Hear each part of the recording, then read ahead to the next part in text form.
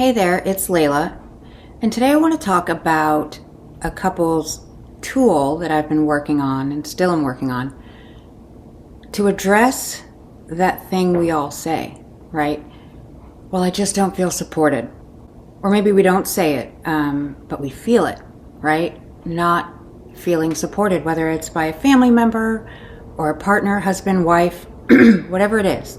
I've noticed it come up a lot in kind of, what does that mean to you? Or what would that look like? And a lot of times people can't answer that. Here's the thing, and you're lying if you say you haven't, but if you've ever struggled to say what you need in the heat of a moment, or felt misunderstood completely in the middle of a fight or some kind of discourse or tension, those hard moments are hard to navigate. Here's the hard part that we don't talk about enough.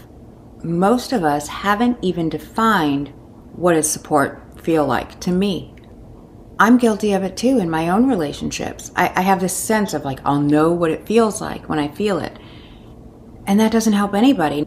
And then it just gets into confusion and fighting in circles, tension, and why didn't you just know, right? We're all guilty of mind reading. I am too. Or wanting mind reading, right? I'm more guilty of thinking I know what you need.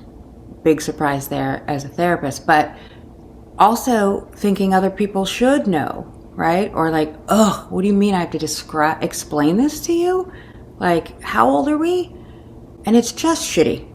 There's no other way to say it. So support is rarely actually the problem. Clarity is. Finding the kind of clarity your partner needs to know what it is to offer when you feel stressed, down, overwhelmed, in the middle of something. And clarity for them to receive from you what they need. So it really comes down to having a conversation, and I'm trying to find ways to make that fun. And I'm as guilty as anybody. In fact, a lot of the material or content that I come up with has to do with things that happen in my own life, whether it's being in a knockdown, drag out fight with my own partner or family stuff or whatever it is, right? But how many times in your relationship or at work or in life, I'll be the first to admit, if you held my feet to the fire, what does that look like, Layla? I might have some kind of an answer. I'd like to think I do, but not specifics. And not for every single situation. It's not going to be the same. Or from the same people, some people you want to hug from, some you don't.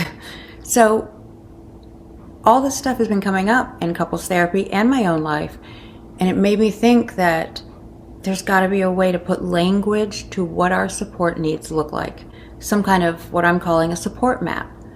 And I created this kind of card deck with prompts and this acronym, because I love a good acronym, S.P.A.R.K.S. So sometimes we need support that looks like space, defining what that is, or how long that is, or all those details. P is for presence, looks different in every single case, and from our partners and from ourselves.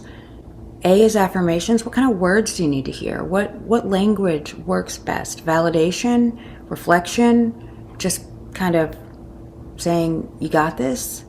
Everybody's different. Every situation is different. Regulation is key. Co-regulation. What do you need? Can I mirror something? Kinship. That feeling of I've got your back. We're in this together. And the last S is supportive action. Kind of speaks for itself, but not in the details. So it's important to define what that means. So it gives you a language. How can I show up for you when you're in overwhelm? And specifics and defining it. It's so key and it's so important. So next time you start to feel that, I don't feel supported, I want you to sit down or think about it in reflection. What would support look like for me? And nobody gets it right the first time. Nobody's going to get it right every time. They're just not. When we're in overwhelm, when we're fighting, we are deeply affected by our partner. Mirror neurons are flying between us. We're mirroring, we're anteing up with them, escalating, activating, or getting small and shrinking and going, forget it. Or sometimes our brains go completely blank. So that's what this tool is for. I encourage you not to be hard on yourself. You're not going to get it right every time.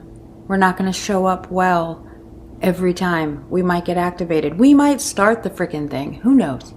It's okay, because there are ways to look back and reflect and go, how can I do better next time? And I'll save you the suspense. You'll fail again. If it feels better to hear me say it about me, I probably failed a couple times in the past couple weeks in communicating well, or fighting fair, or showing up. And I was failed quite a few times in all those ways. It's just being human, because the only thing that we can do is really consider who we love and how we love them and how we can do better for ourselves, for them, and for each other. So fail forward, fail better, fail a little less than you used to. Maybe. I can't guarantee I will. And try to have a good day. Enjoy the sun. Enjoy the sun, because it's already going away. The sun is going away on this Tuesday. Do you guys love my songs? Should I be a singer? I think I should be a singer.